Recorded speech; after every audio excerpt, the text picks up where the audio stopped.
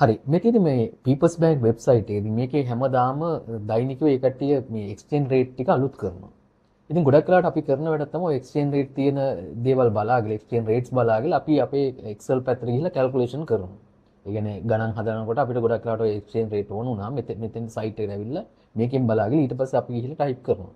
ඉතින් ඔයක ඊට වැඩි ලීසින් අපිට කරන්න පුළුවන් අපිට මේ Excel එක අපි වැඩ කරන Excel ෆයිල් එකත් එක්ක මේ වගේ වෙබ්සයිට් වල තියෙන data කනෙක්ට් කරන්න පුළුවන්.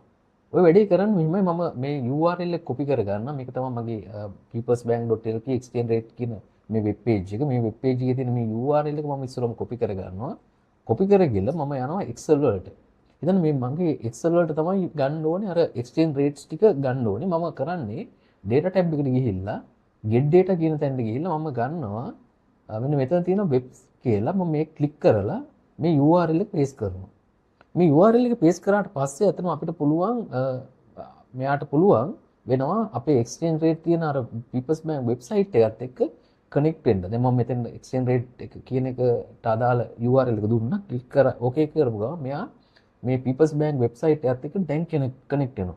People's Bank website එකක් විතර නෙවෙයි අපිට ඕන website එකක් ওই විදිහට connect කරන්න පුළුවන්. දැන් ඔහොම connect කරාට උනාට පස්සේ අපිට පෙන්නනවා ඒ website එකේ තියෙන data ටික අරගෙන වෙනම ස්ක්‍රීන් එකක පෙන්වනවා. මෙන්න මේ වගේ.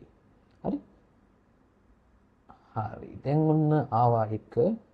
හරි. මේ ඇවිල්ලා තියෙන මගේ People's Bank website එකේ ඒ අදාළ කොලම් දෙකට අදාළ data ටික මම මෙතනින් load කියලා එකපාරට ඕන load කරගන්න පුළුවන්. ඊට කලින් මේ transform data කියලා පොඩි ඒ තැනට යනවා. මෙතන ගියාට පස්සේ අපිට අනවශ්‍ය columns අනවශ්‍ය rows ඒ වගේ දේවල් ඕන නම් අයින් කරගන්න පුළුවන්.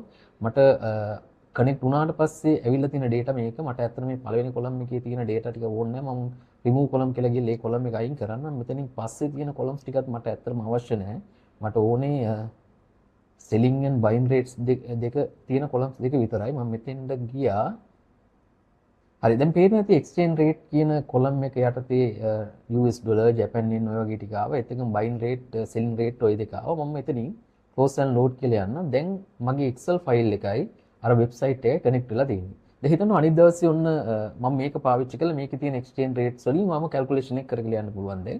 මට අනිත් දවසේ අලුත් වෙච්ච data ගන්න ඕන නම් මට හරි ලීසියෙන් මේ වැඩේ කරන්න පුළුවන්. මේ තියෙන්නේ දැන් අද දවසේ තියෙන rates ටික මේ තියෙන අද දවසේ rates ටික මට පුළුවන් හෙට දවසේ මේක අලුත් වුණා නම් මට මොකද කරන්න තියෙන්නේ මෙන්න මෙතනින් refresh button එක click කරන්න. ඊට මේ refresh button එක click කරපුව ගමන් අලුත් rates ටික ඇවිල්ලා මගේ Excel file එකේ පෙන්නනවා. ඒත් එක්කම මම මේවා පාවිච්චි කළා මේ cell address වගේ දේවල් පාවිච්චි කරලා මම calculation එහෙම කරලා තියෙනවා නම් මේ හැමදේම ඒ විදිහට update වෙලා එනවා. ඉතින් මේ වගේ simple ක්‍රම අපිට Excel වල තියෙනවා. අතන මේ වගේ දේවල් පාවිච්චි කරලා අපිට ගොඩාක් calculations කරද්දී ඕන වෙන website එක connect කරලා අපිට පුළුවන් හරි ලේසියෙන් අපිට පොඩි automation එකක් වගේ දෙයක් කරගන්න.